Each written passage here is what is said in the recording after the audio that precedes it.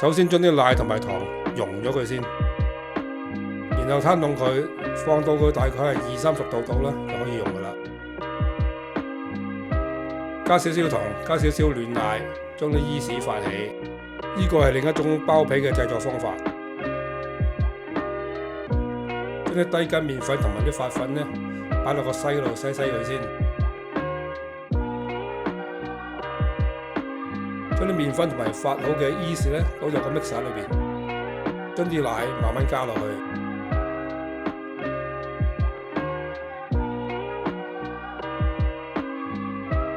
搞到佢成型之後呢，再加啲豬油落去，再攪10分鐘可以攞出嚟噶啦。將佢搓幾下，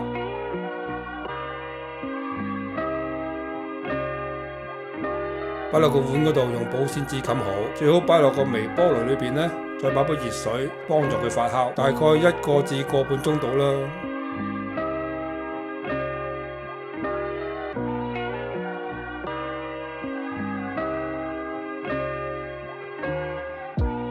打4隻鹹蛋黃，洗乾淨佢之後攞去蒸。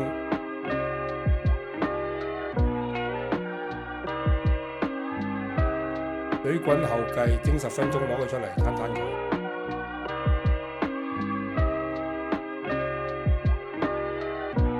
將啲吉士粉同埋奶粉呢，就擺落個煲裏邊，把啲奶粉落啲牛油上邊嚟切碎佢，咁佢哋就唔會黐埋一嚿㗎啦。將啲牛油粒同埋啲肥豬肉粒呢，就擺埋落個煲裏邊，撳爛啲鹹蛋黃擺埋落去，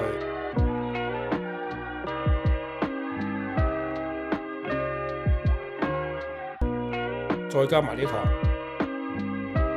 將所有嘅嘢撈埋一齊，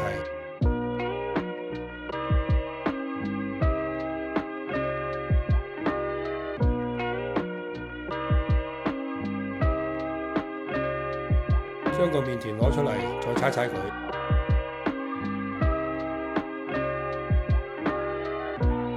再坐10分鐘，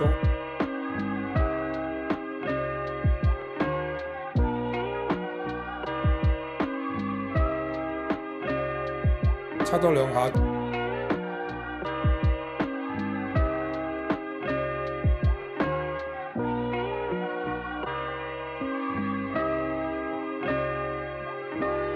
然後將佢碌扁，碌到佢好似2個1蚊打沓嘅厚度。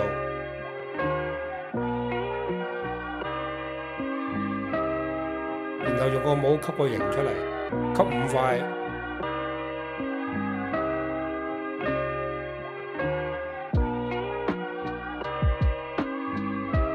搽啲油落個鐵模裏面。搽油嘅原因呢，係容易啲將焗餅紙黐落個模度。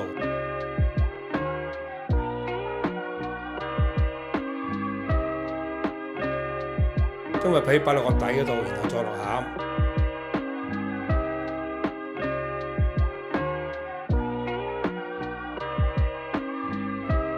撥平啲餡，再加另一塊皮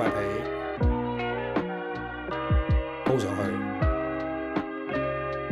應該係喺蒸籠裏邊砌個餅嘅，就唔使好似我咁論盡啦，因為我搞錯咗。繼續同一個步驟鋪到滿為止。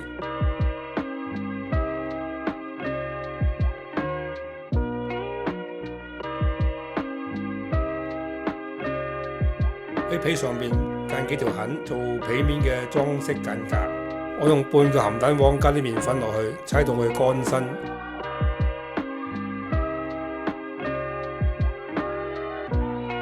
然後將佢碌薄，切個鑽石形，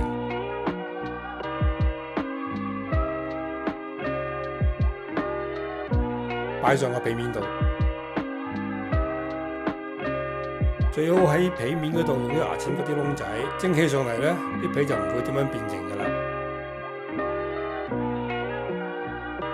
水滾後蒸20分鐘，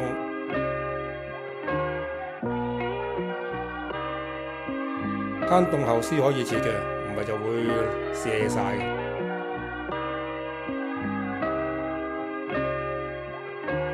哇哦，香濃軟滑，仲要似流沙包嘅質感㗎。